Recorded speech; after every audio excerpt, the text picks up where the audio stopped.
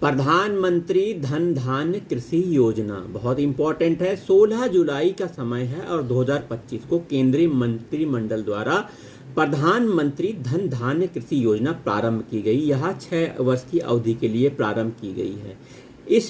यह योजना वर्ष 2025-26 से 100 जिलों में लागू की गई है। प्रधानमंत्री धन धान्य कृषि योजना का उद्देश्य कृषि उत्पादकता में वृद्धि करना, फसल का विविधीकरण, संधारणीय कृषि पद्धतियों को अपनाना, कटाई के बाद पंचायत प्रखंड स्तर पर भंडारण क्षमता में वृद्धि करना, सिंचाई सुविधाओं में सुधार करना, दीर्घकालिक अल्पकालिक ऋण उपलब्धता सुगम बनाना। 100 जिलों का चिन्हीकरण। 3 प्रमुख संकेतक कम उत्पादकता, कम फसल सघनता, अल्प ऋण वितरण के आधार पर।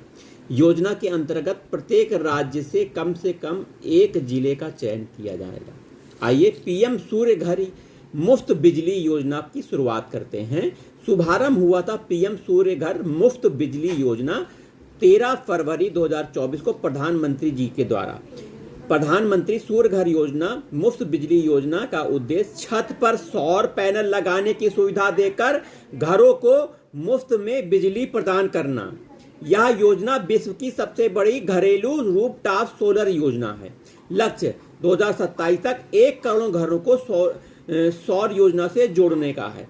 आइए प्रधानमंत्री विद्या लक्ष्मी योजना। प्रधानमंत्री विद्या लक्ष्मी योजना की शुरुआत 6 नवंबर 2024 को की गई थी। केंद्रीय मंत्रिमंडल द्वारा केंद्रीय क्षेत्र में इस योजना को मंजूरी दी गई है। पीएम विद्या लक्ष्मी योजना का उद्देश्य मेधावी विद्यार्थियों को वित्तीय सहायता देना। किसी गुणवत्तायुक्त उच्च शिक्षा संस्थान में प्रवेश प्राप्त करने पर छात्रों को बिना जमानत गारंटी मुक्त ऋण प्रदान करना।